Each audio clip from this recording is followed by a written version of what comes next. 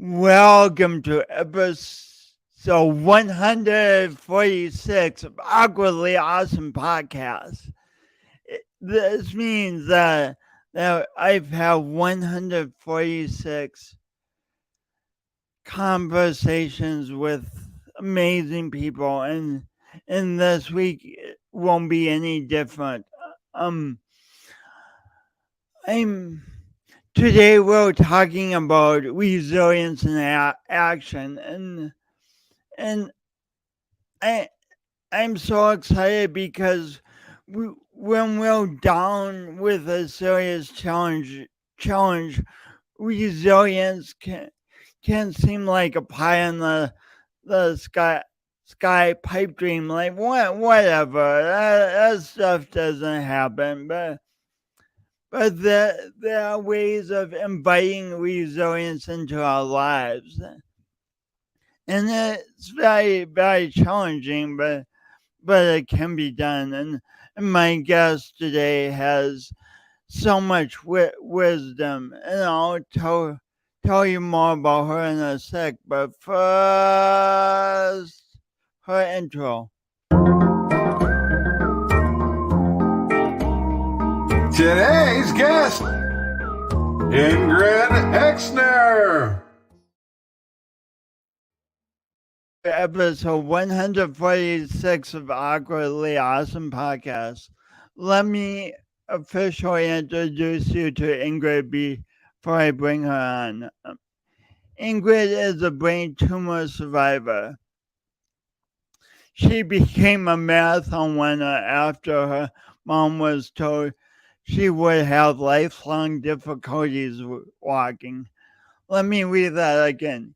Ingrid became a marathon winner after her mom was told she would have lifelong difficulties walking. Amazing. After years of believing success was the bigger house, getting married, and having two to 4 kids, plus working a full-time job and then another part-time just because she loved to overwork. And of course, the volunteering, Ingrid looked for a new approach.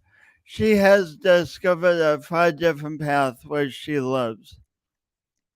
She is a writer, photographer, and public speaker, as well as a gentle and accessible yoga teacher. She also is English as a second language instructor. Additionally, she enjoys sharing her experiences and lessons she has learned as a Hydrocephalus Health Warrior. Tongue twister. But excited to bring Ingrid on. Please welcome Ingrid Exner. Yay! Hey, Jason, thank you for having me. I just want to clarify a couple of things just so that my colleagues or fellow marathon runners do not challenge me on this. I'm not a marathon winner per se. I came in halfway through the marathon, so I'm sort of a middle of the packer in terms of running. However, it's my voice. I tried to say winner, but it must have came out winner. Well, I sort of like that because it segues to a great topic in terms of what is winning to you. Just finishing the marathon and in a decent time. As I said, I was in the middle of 10,000 people. So I was able to run with a lot of very good runners. And even just finishing the marathon, that was a big win for me. We can talk more about that later, but I just thought I'd add that in case anyone sees this and says, hey, you didn't win the marathon. I did in my own perspective. Yes, let's come back. Let's leave that for a moment as a amazing cliffhanger because it's just amazing, like amazing story, and then go to first of all, to your childhood. If I had known you when you were like 7 or 8 and asked you, "Hey Ingrid, what do you want to do when you grow up?" What would you have said? I don't want to paint a pale image around this, but at that age, um, from 1 to I'd say about 12, I had so many operations. Um, I knew that I had just sort of begun to read good books, and I enjoyed reading and being told stories and story time. And I think at that point, I had the little seed of a passion for writing and for listening. But again, during that time period, I had a lot of operations when I was younger, a lot of serious operations. And I think I was sort of in a very traumatic state of my life. So I don't think I really dreamed about a future profession. I did enjoy certain things. As I said, I enjoyed listening. I enjoyed having stories told to me. I enjoyed telling stories. Um, but I also had a lot of trauma, a lot of operations during my childhood. What did you, as a child, w- reading stories and hearing stories, what did you learn about resilience? Well, at that point in time, I don't think as children, we even think that you shouldn't be resilient. Mm, As children, I think we're just like rubber bands. We move, we bend, we don't really think of the impossible. Everything is possible to a young imagination. it's such a brilliant comment. As children, we don't even think about the possibility of not being resilient. Yeah, Wow. it just is. So even during my trauma, I just, I always knew that there was another day. I always knew that, oh, okay, I've been out of school for 3 weeks. Okay, I'll just go back to school. We were very easygoing. We kind of rolled with everything when we were younger. It's just that as we aged, and as we age, I think that's when we get stuck and we latch onto things. But as children, we just rolled with it. Did you Were there any adults in your life who fostered the idea of rolling with it within you? I would have to say both my mom and my dad, but especially my father.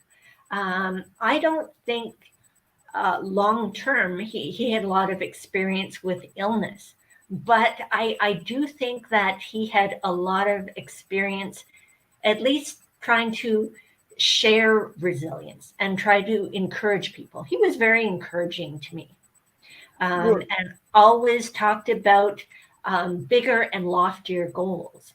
For example, even in my early teens, I was always encouraged to walk a lot, get out, exercise. My father and I went hiking a lot, despite the fact that I had poor balance at that time because I was going through many different operations that affected my balance. So we would go hiking and we would actually be walking in and around places that were very rocky, which tested my balance. Yes, I fell, but as a child, falling doesn't bother you as much as it does in terms of falling when you're an adult. This is so very interesting because your father could have gone a different way and said, "Ingrid, your balance is not good. I love you so much. We're only going to walk on a on a track where it's flat, where there's some cushion." But he sounds like he knew to challenge you. Yes, I'm actually thankful for both parents in that way. My mom was a bit more cautious, but at the same time, she really didn't know what a brain tumor was. She didn't know what hydrocephalus is, which I have. She didn't know the limitations. And of course, we're talking about the 1970s and early 80s.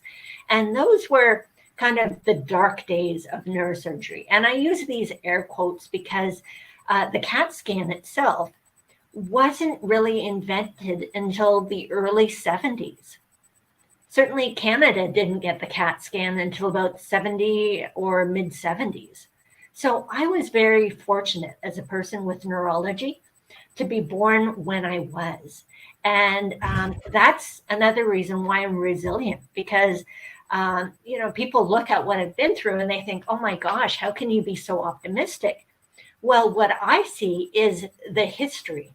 And if I would have been born in the 60s or the 50s, life would have been very different for me. So I look at those things that I can appreciate. I look at those miracles in my life, the very fact that I was born when I was, pure miracle. It's so miraculous. All of human history, like thousands upon thousands of years, you happen to be born right when the medical technology that you needed to get where you are today was being invented. Wow. Ironic. Yeah. Yeah. So I look at that, and that's why I say it's a miracle. It's not just a coincidence. It's a miracle. Speaking of, we're talking about resilience today, but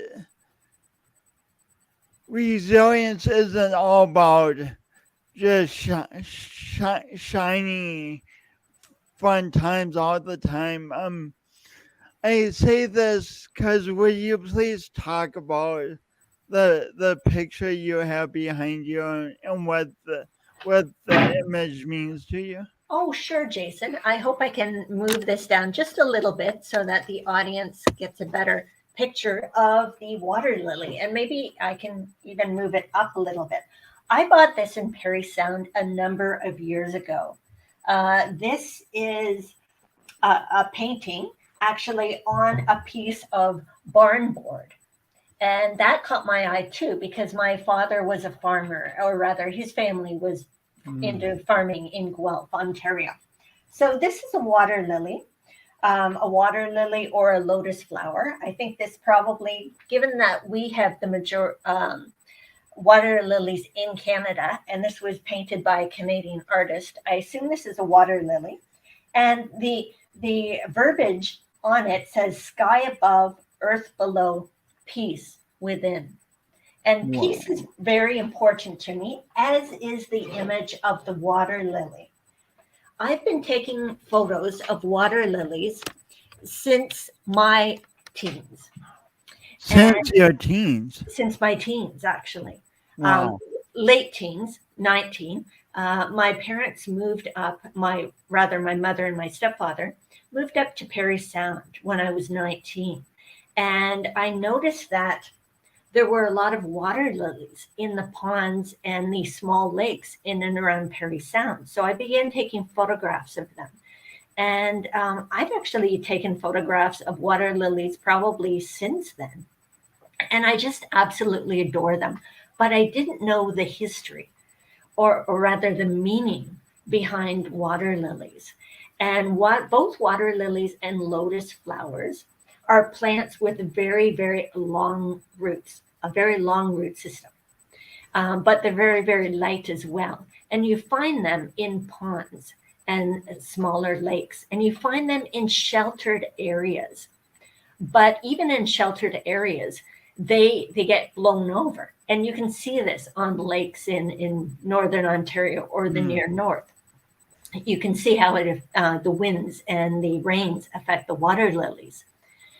So they, again, back to their root system. They have this extremely large root system, yet They are this beautiful, delicate blossom that blooms up straight out of the water. So when I viewed their history and the shared history by a number of different authors, they often indicate, these beautiful, delicate flowers, despite the fact that they look very delicate, they're actually very hardy because they have this tremendous amount of root systems that allows them to be waved around like flags in turbulent storms, yet they do not die. They do not lose. They do not float away. The water lily remains. So to me, that's a beautiful metaphor. We can withstand any storm in our life as long as we have a good root system. And we can continue to blossom and grow even out of the muddied waters, like a lotus flower. And well, the lotus or the water lily rises up out of murky waters, and it blooms into this beautiful, beautiful flower.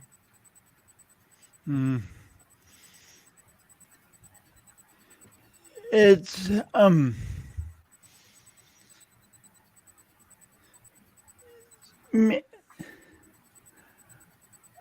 I mean, this is a beautiful metaphor, and it's easy to see the goodness of the metaphor when we see the image of the lotus blooming. But what about when someone initially gets the horrible news, initially gets the diagnosis that makes the heart sink to the bottom of the feet? What about the initial shock of the tragedy? How does someone start guiding their life energy towards becoming a lotus and rising out of the mud? Well, I was very young when my parents had to deal with the diagnosis of my brain tumor. I had my brain tumor removed at 1.5 years old. And neither of my parents had any background in terms of medicine. None of my family members had been diagnosed with a brain tumor. It really came out of nowhere. So for them, the diagnosis was very, very shocking. And unfortunately, at that point in time, they really couldn't be reassured of anything because the surgeon at that point in time, A, didn't really have a lot of experience with brain tumors, and B, and any surgeon in general didn't have a lot of experience with childhood brain tumors. And so there were a lot of questions, and I'm sure that my parents dealt with a lot of fears. However, they also didn't have the background information. They didn't have the internet that sometimes is filled with misguided information. So in terms of my parents and other parents during that time, ignorance is bliss. And you talked about, I was very lucky that my father would go out and walk with me and do different things. Well, I'm one of the people, the first generation of people to survive with hydrocephalus. So we've really set the benchmarks. There was no information about what we could or couldn't do. So my father didn't really have those boundaries.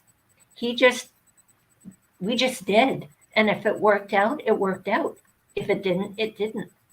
If I was able to walk a mile, I was able to walk a mile. If I was able to run a mile, I was able to run a mile. As you pointed out, I have run in the past. I started running in my teens to control my weight as well as to control emotions. Because with all the surgeries, I was starting to get a little blue. And exercise is a wonderful, wonderful, wonderful complementary therapy that improves mood almost instantaneously, whether you walk a mile or 10 miles. So walking, running, exercise in general, very important to me in my youth.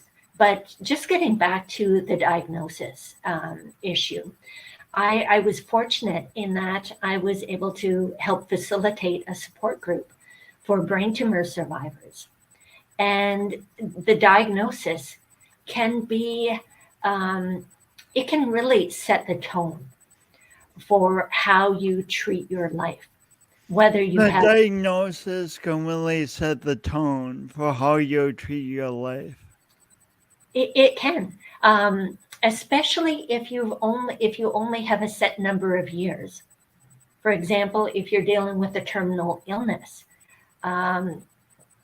having someone give you a diagnosis in a very mournful way can actually hinder you.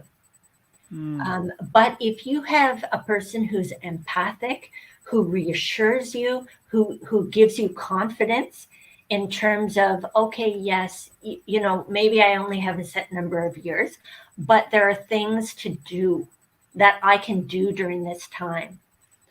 I'm not given a death sentence right now.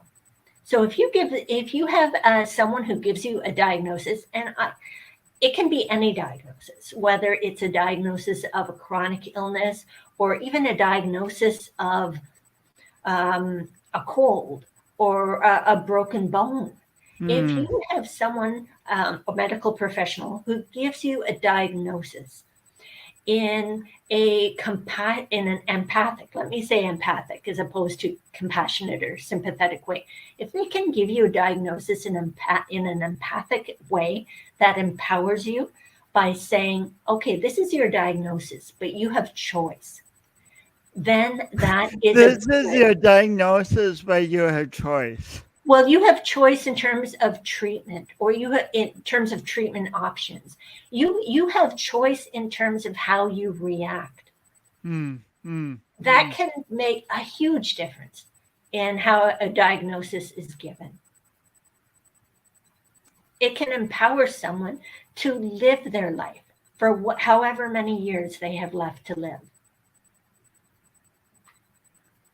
I've never thought of this in these terms, Ingrid, but a diagnosis can either fill someone with a lack of purpose or ennoble them with purpose. Exactly. I know that had the gentleman who took out my brain tumor been any different, or if they had started to set limits, that would have given my mother an indication that my life would have been very limited. And that would also affected the way my father treated me. So you give a lot of credit to the gentleman who took out your brain tumor, huh? Oh, absolutely. And I had the wonderful opportunity actually to thank him over the phone. I couldn't thank him in person because in my early teens, he actually moved to the United States. He was a leading researcher and surgeon in Canada, but then he moved to Arizona. So I thought I would have lost track of him for my entire life. However, when my shunt broke in early adulthood, I went back to the same hospital.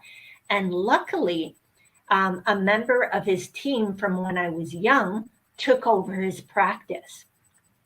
And he was also this new doctor, Dr. Del Mastro, who is now, is one of the founders of the Brain Tumor Foundation of Canada.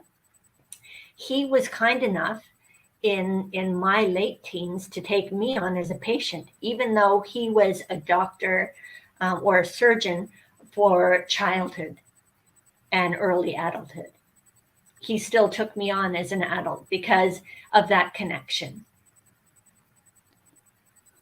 Well, so it's amazing how life works out. The serendipitous events and the coincidences are pure magic in our lives. And I think people have to open themselves up to that, and realize that these serendipitous events can be absolutely wonderful. I think when we were not live, we were talking about little events in our lives, little miracles, little things that we can think of as miracles. And I think that you pointed out that having the CAT scan invented and become available when I happened to need it was a purely serendipitous miracle. So I hadn't thought of these questions at all until the conversation. It's exciting how conversations create new questions. Yep. So your description of being lucky that your folks lived in almost a time frame where they were ignorant, where they just didn't have the information to know a lot of things about what you were dealing with, and that gave them more of a idea that they could give you more freedom to explore your life. But nowadays, all kinds of information is as simple as doing a Google search. In a few seconds, we can have more information about any condition than your parents had. I wonder how patients walk that balance between being informed today and then still maintaining innocence, almost an innocence about the condition. I think it was easier to maintain that innocence on many levels back when I was younger and when I was diagnosed.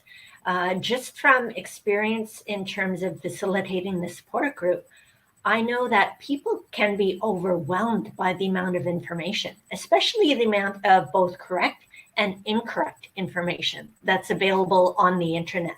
That's a good point. It's a combination of correct information and incorrect. It is. And sometimes it's very, very hard to find out and to determine what's correct and what's incorrect, because a lot of people mask or give incorrect qualifications over the internet, over Zoom, over any type of communication tool. So if I could just make a plug, and when I help to facilitate the support group, I would always say this too. Do your research. Feel free to go online, but don't do too much of it. If you come across interesting websites or interesting information, take it into your doctor if you can. I don't know if you have this in the United States. I don't have the phone number available to me at this point, but we do have a phone number that you can call. We actually, any city should have kind of a 411 or a 311 information number where you can call in and just say to the person who's answering the phone, tell them your circumstance and just say, now, who can I go to confirm this information? So you can do that over the phone. We also have telehealth in Canada where you can call in and speak to a nurse. So you don't necessarily have to bother your doctor in terms of checking every piece of information that you have.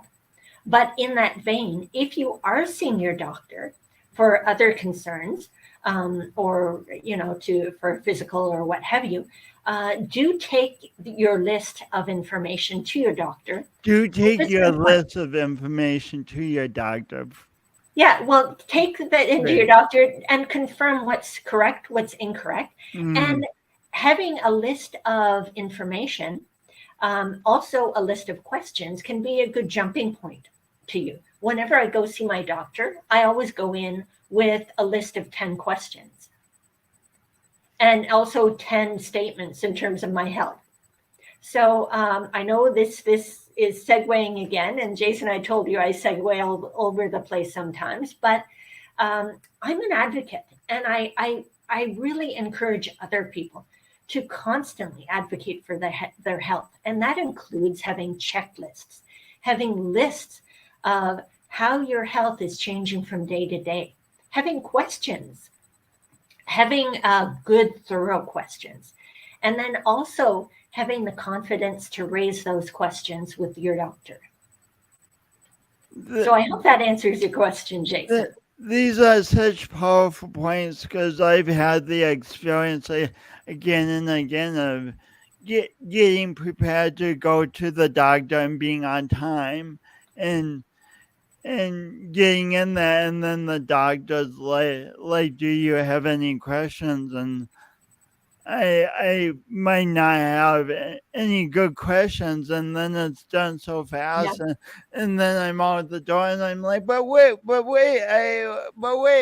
Yeah, or for some people, their mind goes blank because they get so upset, or they get so overwhelmed by stressors just getting to the doctor.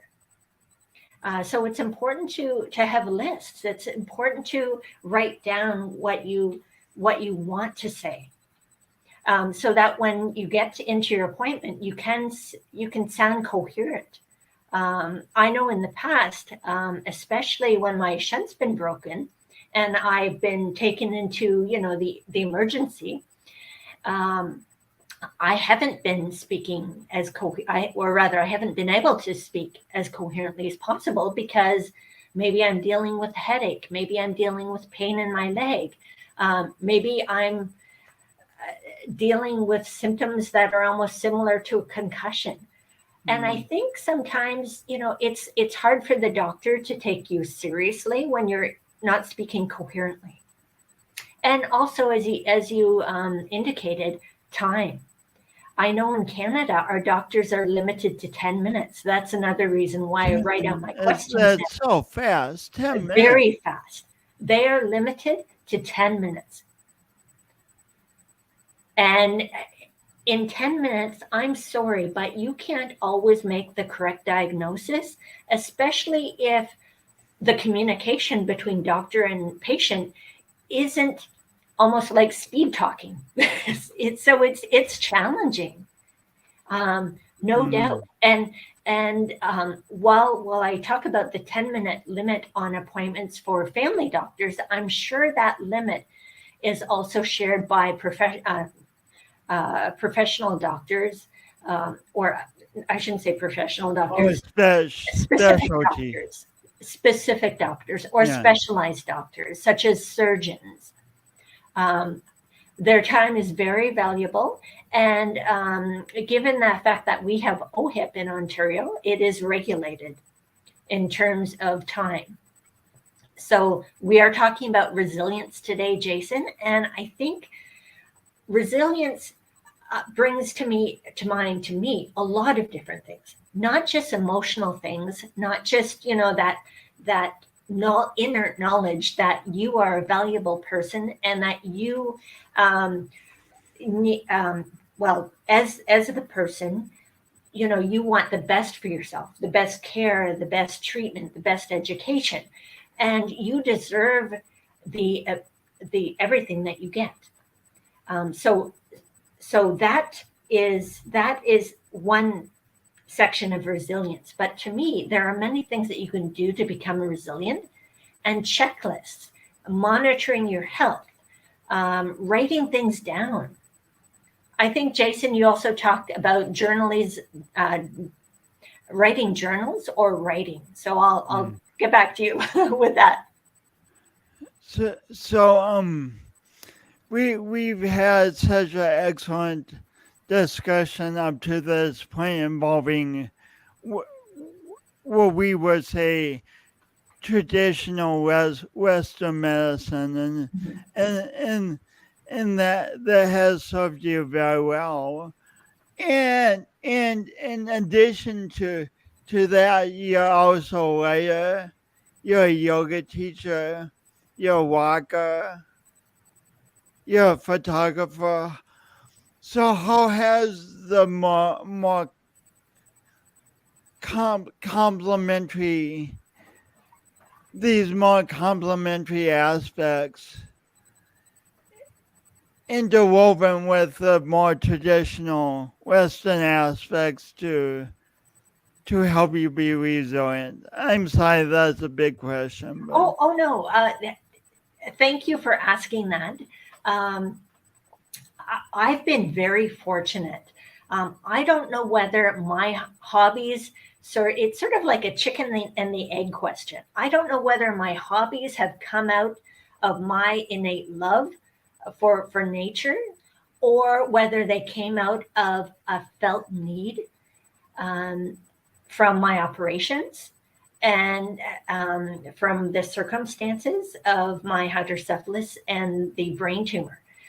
Photography, viewing pictures, those are healing. I wrote an online book a number of years ago, and I also, in my teens, I read a study, and this study is quite old, and it talks about the healing that nature does. There was this one study that that studied people in rooms, in hospital rooms, who had a window and those who did not. And it turned out that those people who had a window that looked out to a courtyard healed more quickly than those who didn't have window. So I read that in my teens, and I thought, oh, this is a really interesting study. And then I think I tucked it in the back of my mind. But I think I always kind of referred back to it. So during my teens, I started hiking more. In my adulthood, I hiked. I started spending more time in nature, which we now know from a number of books and from more recent studies is very healing. It's healing for our breath, our body, our inspiration, even hearing the flow of water over rocks is healing, because we now know that that creates negative ions. And so much of us, and so much the time that we spend are spent in front of computers, like now, and computers, right now.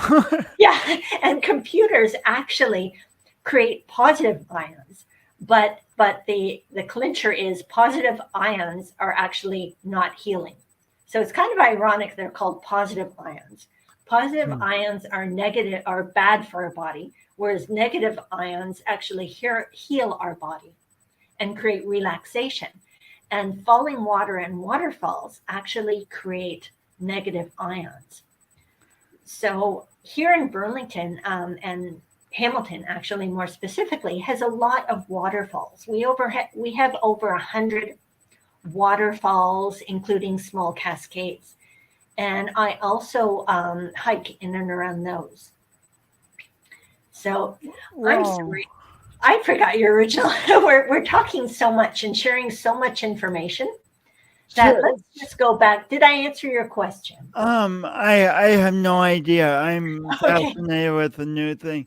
So it's when we think it's easy to talk about nature in the abstract, right? Yes. Like get back to nature. Nature in terms of the big things like Niagara Falls or going to Yellowstone in the USA. Will you talk specifically about the nature you're immersed in on a weekly basis? Perry Sound, huh? Oh, well, can I talk about both? Because I'm in Burlington now. I do live in Burlington, Ontario. So we have this wonderful rock formation surrounding us called the Niagara Escarpment.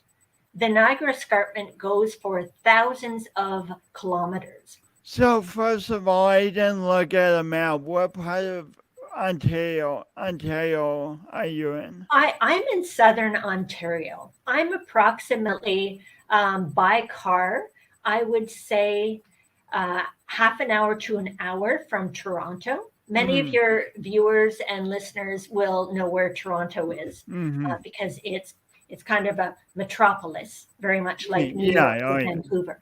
So I'm part of the GTA, the Greater Toronto Area, for the most part. So Burlington is on Lake Ontario, and that's another beautiful gift. We have a lot of there are 5 Great Lakes in the world, and or in the two hemispheres, and we have a lot of the lakes here in southern Ontario.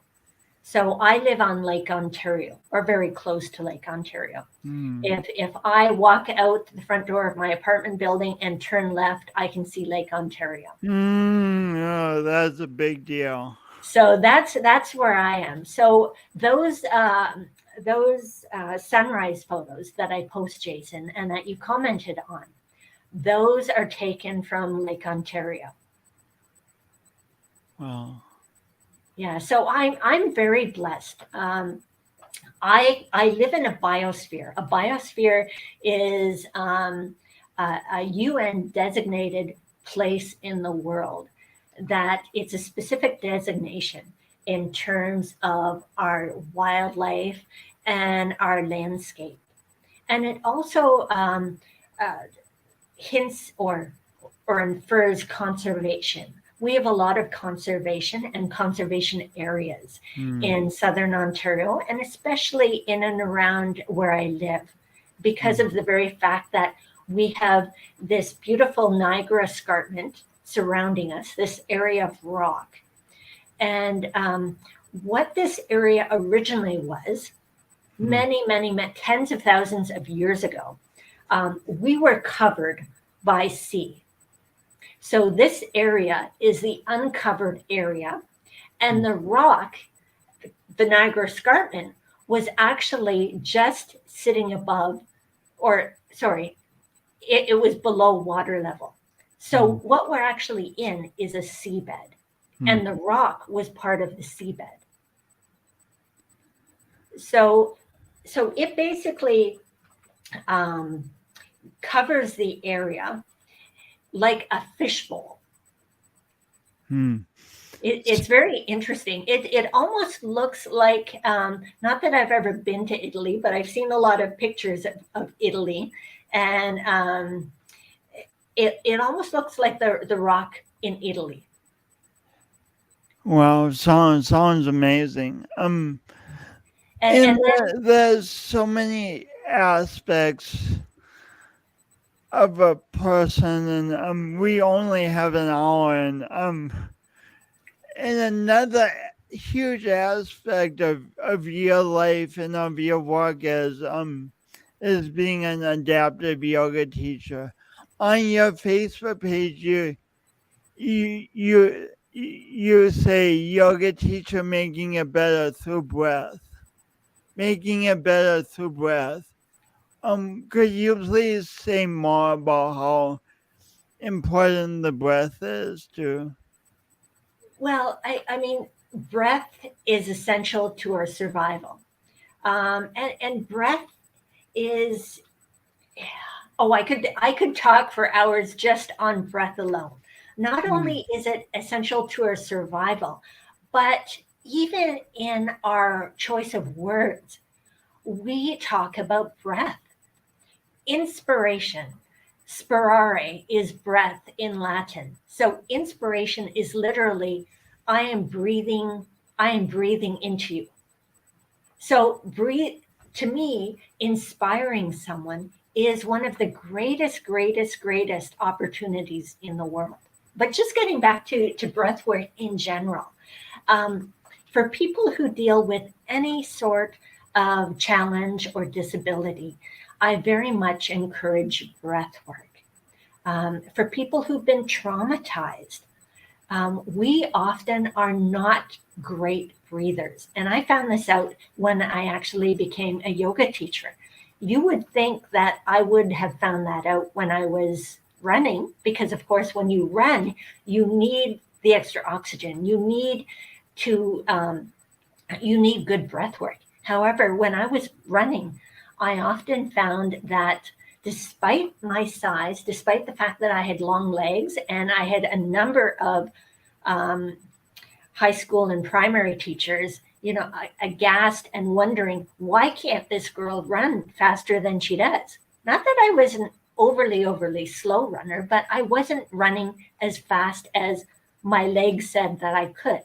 And as an adult, I look back at that and I say to myself, it was my breath work. When we're traumatized or when we're dealing with any sort of trauma, whether it be brain surgery, a new diagnosis, an illness, when we are dealing with trauma, we can sometimes hold our breath, or our breath becomes lessened. And because of that, we're not breathing well, we're not getting the nurturing breath in. So you mentioned. So we do breath work to empower them. We do, and that's why I focus on breath work. So breath work is so you would say so essential, and I would agree, but one of the ironies is when someone's in trauma and is so busy with life and everything, it's so easy for a person in that state to say, I don't have time for breath work. How do you move someone from being like, I have no time for this, into starting to do breath work? Well, many of us want to kind of stop anyways, to just take a moment to catch our breath. So instead of saying, okay, I want people to, do 15 minutes of breath work or 5 minutes of breath work. All I will do, actually, in my, I'll just talk about how I construct my yoga plan. I do breath work at the beginning. Then I often will have kind of a little tutorial in the middle. And then at the end, I do breath work as well. So, and from someone who's taken a number of yoga classes, I know that breath work often isn't encouraged. In the yoga classes that I've attended, and they've been both gentle and sort of hot yoga, advanced yoga. In those classes, breath work is not always taken aside and looked at. However, in what I practice more of Vidya yoga, so it's tailored to this specific population. So if I'm doing a program for someone with a disability or with a challenge of any sort, whether it be ADHD or OCD or a physical challenge, whether it be cerebral palsy or a spinal cord injury, or even someone who's older, who maybe does need breath work. For that population, I will do 2 or 3 different forms of breath work during our program. What I initially like to talk about is just connecting to your own natural breath. Sometimes we get so busy, as you pointed out, Jason, that we forget to breathe. We even forget to really become aware of, how are we breathing? Are we breathing fast? Are we breathing shallow? Have we stopped our breath? Are we holding our breath? Sometimes we don't even take that one moment to stop and become aware of your breath. So if I could say that anyone, and if I could encourage anyone right now, it would just be to stop and become aware of how you're breathing. Is it fast? Is it slow? Our breath is affected by our circumstance. So, okay, maybe you're breathing hard because you just ran around the block.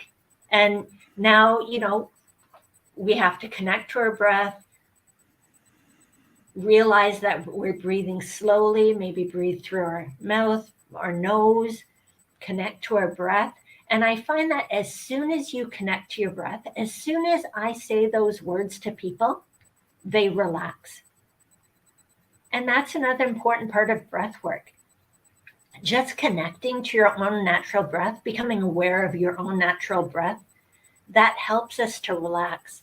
I've had so many people say to me, both as a yoga teacher and even in life in general, at work, for example, when we've had a busy day, and this goes back to when I worked in technical writing, and some people have said to me, how can you relax so quickly? It's the connection to the breath. Powerful. Ingrid, I can't tell you how many people I've talked with about yoga, and they say I don't do yoga because I'm not flexible. What would your response be to that?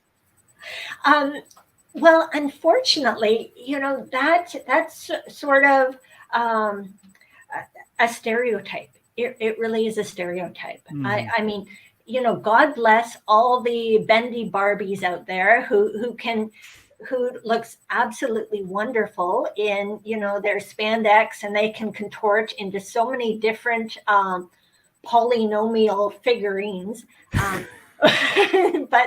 But I'm not that way. Me neither. Yeah, partially because of my height, but also because of my hydrocephalus and the shunt. And that sort of was a stumbling block for me. I think maybe I didn't mention it during this segment, but my family doctor, Dr. Badisi, he has been deceased for many months, or many years rather. But I know his children got into medicine, Dr. Badisi, and I was very fortunate about this. He was a gentleman who practiced family medicine in Kitchener-Waterloo, where I lived at the time when I was younger. And he encouraged me to get into yoga. Not by, giving me as a young person, as a young person. He, despite the fact that he was not a surgeon, he did a lot of research, and he read what was available about hydrocephalus back then. In the 70s, he encouraged you to get into yoga. In the 70s. Talk about another miracle. What? Yeah, well, that's what I'm saying. Like, my life has been so serendipitous. So when people ask me, what's the secret? Or as an employer asked me once, how can you be so happy? And it's like, well, I've been through these bizarre, harrowing circumstances, but at the same time, I've also had some wonderful miracles in the form of doctors and surgeons walk into my life. Like it's been pure serendipity. It really has.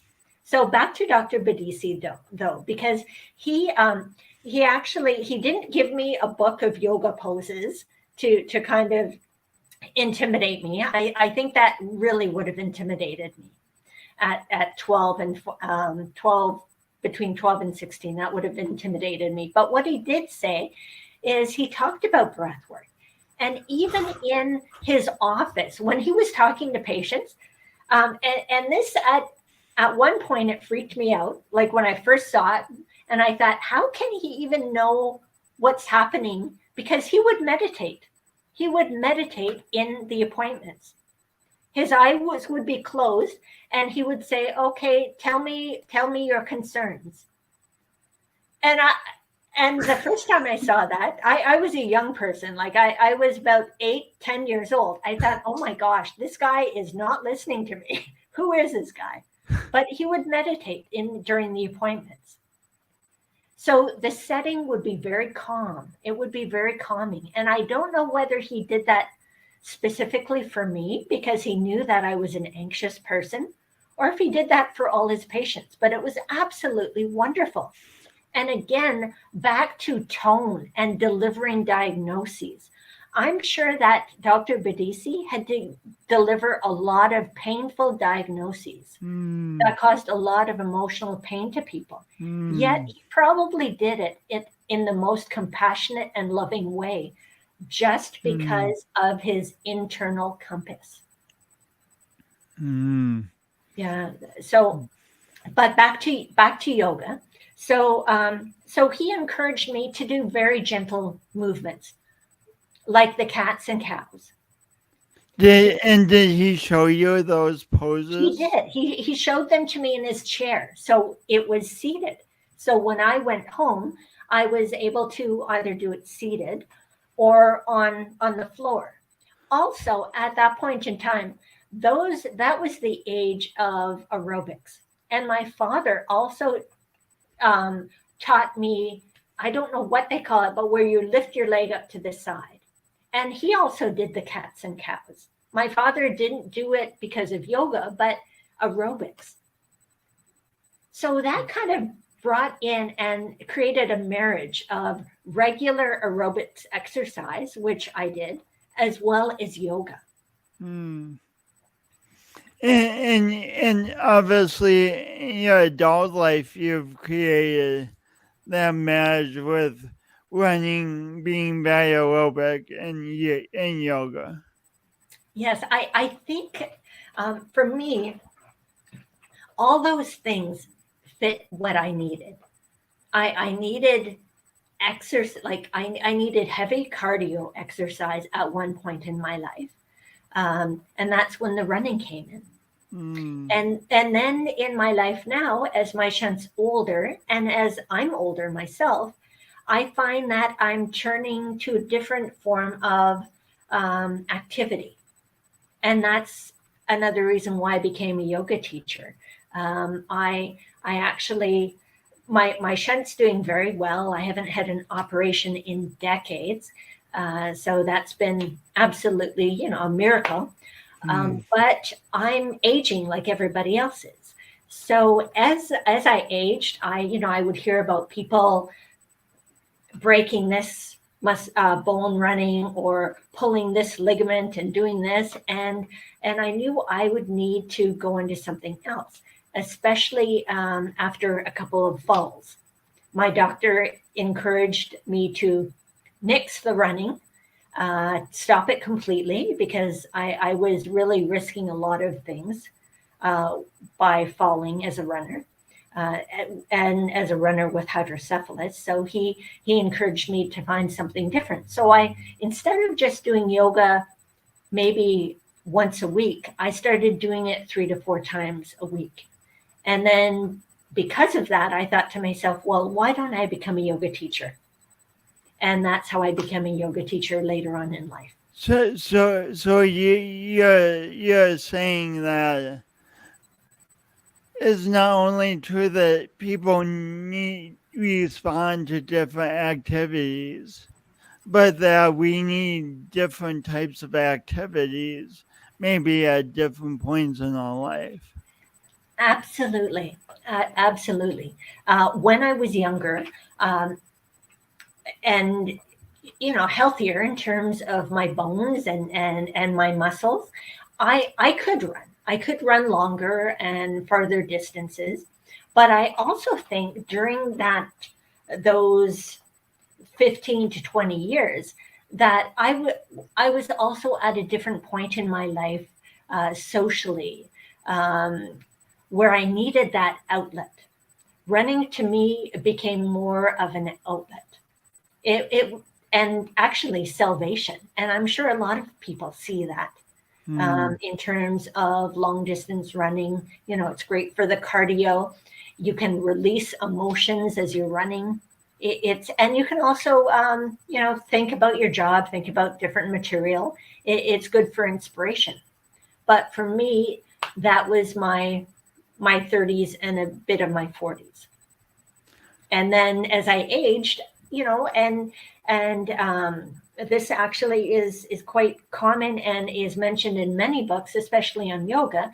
It says that for yoga, people over 45 or in their early 40s should pursue a more relaxed form of yoga, whether it be gentle yoga, yin yoga, kundalini yoga, because that also is coupled with meditation. And meditation becomes more important as you age. Mm-hmm. Wow. So I ask all my guests this: what does imperfect mean best? What does doing your imperfect best mean to you? Well, to me specifically, especially in terms of the yoga, every time I do any yoga pose, I do my imperfect best. I'm not, as I said, a bendy Barbie. I'm a new breed of yoga.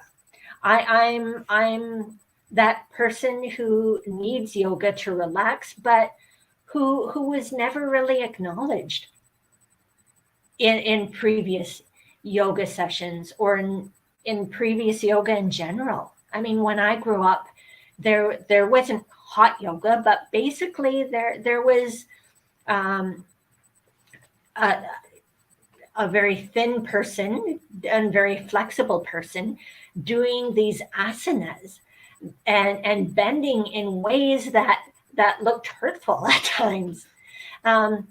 And while I have found that I'm a little more flexible than I was in the past, I can't be perfect when I do yoga. Sometimes my balance is affected by the weather. Sometimes my speech is affected. But what I can do is I can do my imperfect best. And that leads back to your wonderful statement about doing your imperfect best every day. And I don't care whether in this way, I'm talking about everybody. I'm not just talking about people with specific challenges. I'm talking about diagnosed, undiagnosed, and those people in between. We all have good days and bad days. And I think we are all living our imperfect life. It's just some of us are willing to admit it. Speaking of tying things together, were you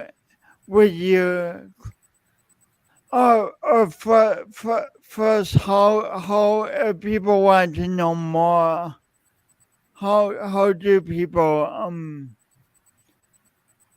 should they just listen to this podcast and do their own research, or is there a way is there a website or something you would direct them towards? Sure. Now, I've been affected by both a brain tumor as well as hydrocephalus. And I currently teach yoga to the hydrocephalus community. So in Canada, we have a beautiful association called Hydrocephalus Canada.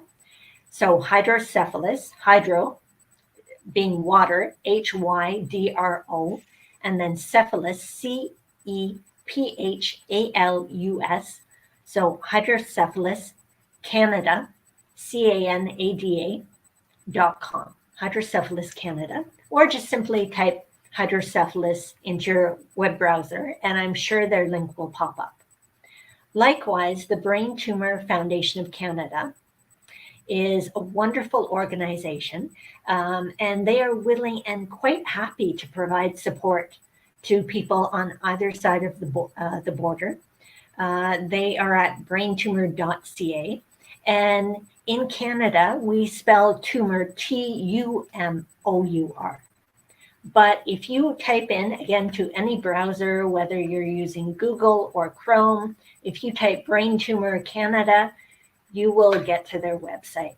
And those are two very reputable websites to explore if you want information on spina bifida or hydrocephalus.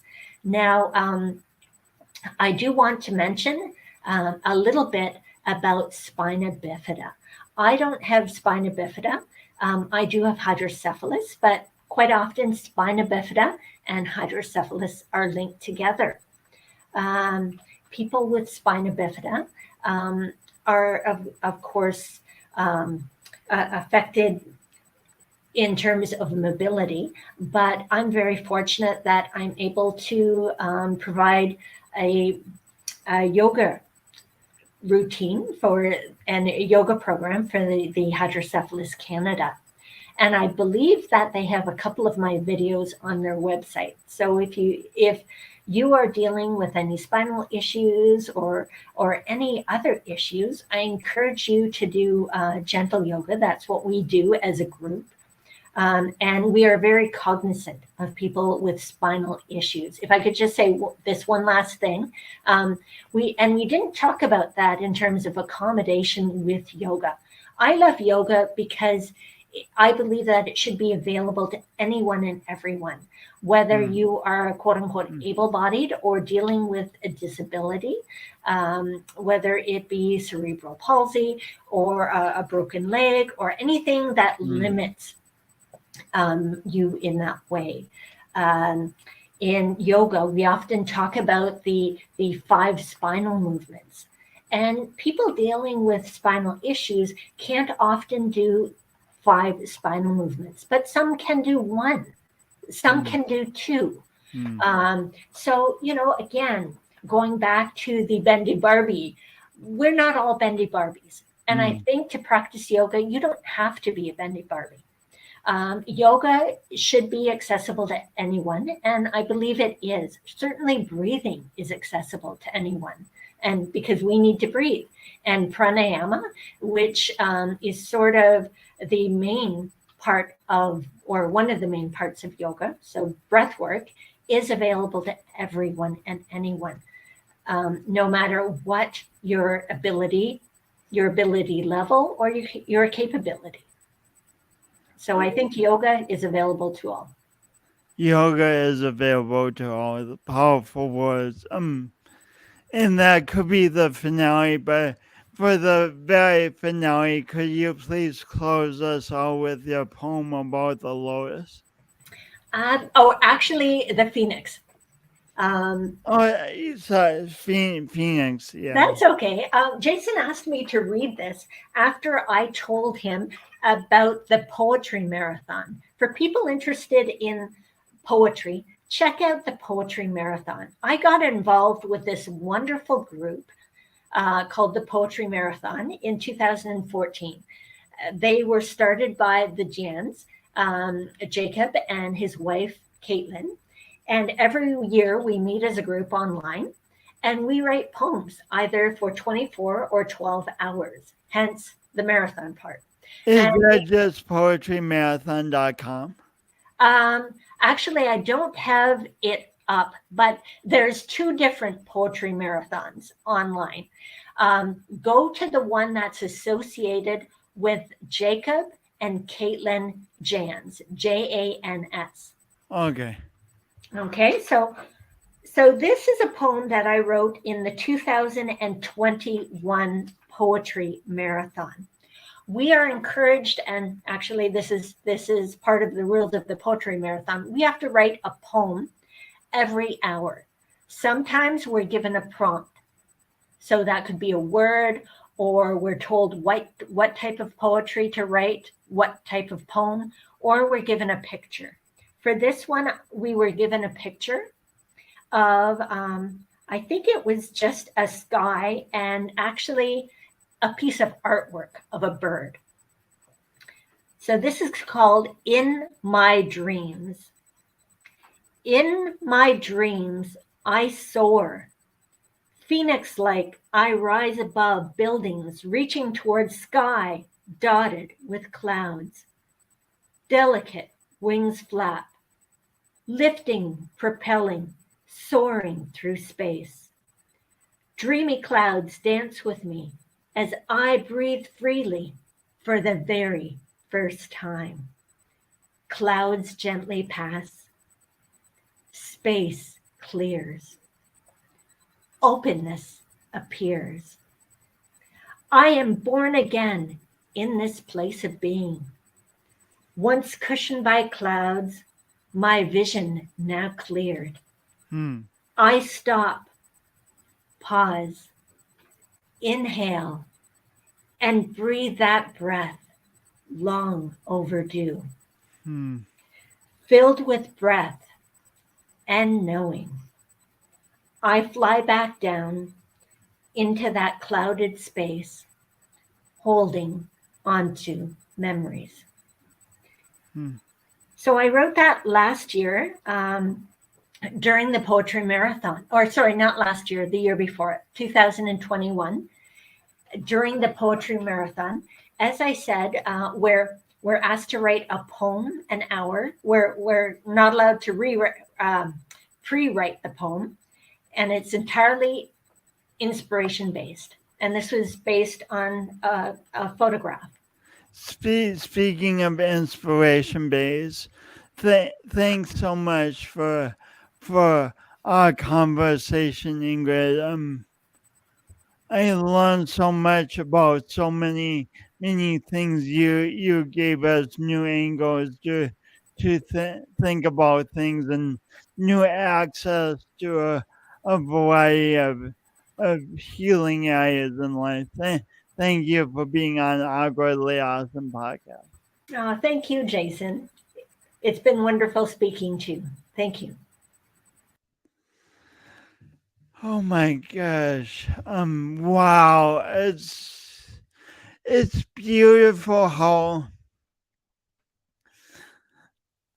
as humans it's tough to have challenges of any type.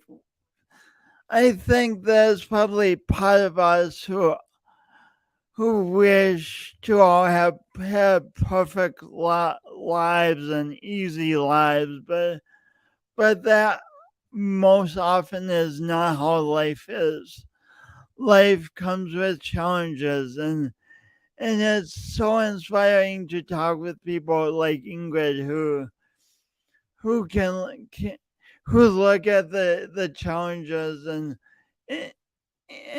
acknowledge them and work at moving through them.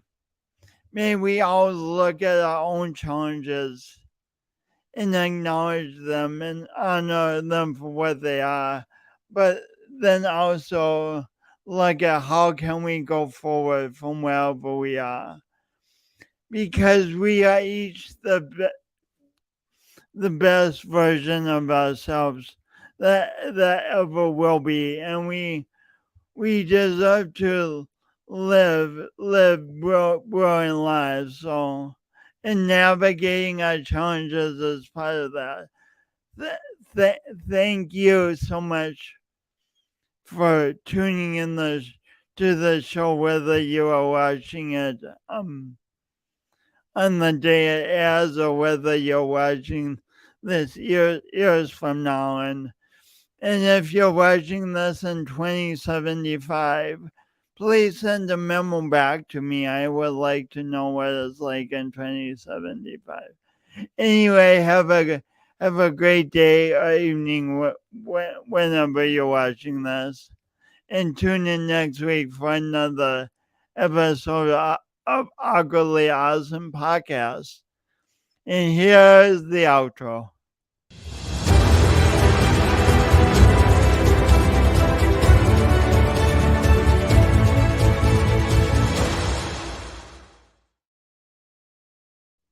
See you later. Bye.